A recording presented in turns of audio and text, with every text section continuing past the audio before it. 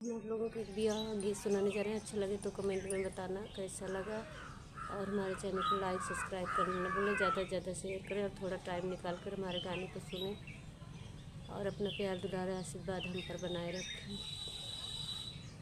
सूतली रहली हम माई जी की कोरमा, सूतली रहली हम माई जी की कोरवा, अरे सपना देख लिया जगू तेरे ललनवा, अरे सपना देख लिया जगू तेरे ललनवा।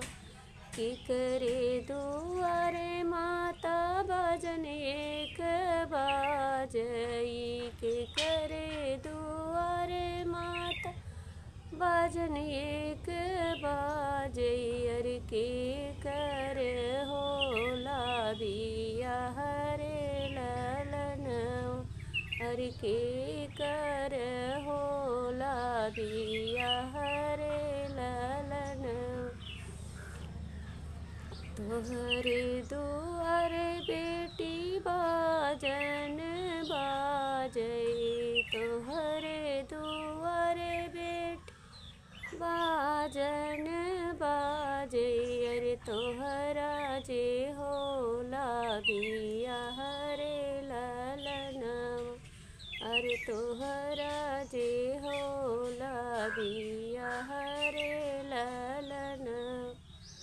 नहीं हम सीखे माता गुण से सहुरवा, नहीं हम सीखे माता गुण से सहुरवा, अरे नहीं सीखे राम रसोई रे ललनवा, अरे नहीं सीखे राम रसोई रे ललनवा।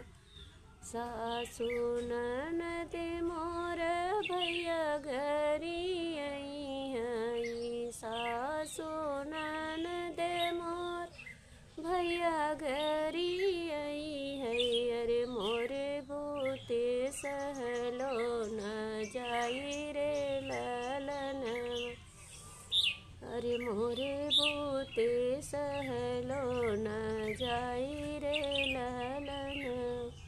सीखिले हो मोरी बेटी गुण से सहुरवा, सीखिले हो मोरी बेटी गुण से सहुरवा, अरे सीखिले हो राम रसोई रे ललनवा, अरे सीखिले हो राम रसोई रे ललनवा।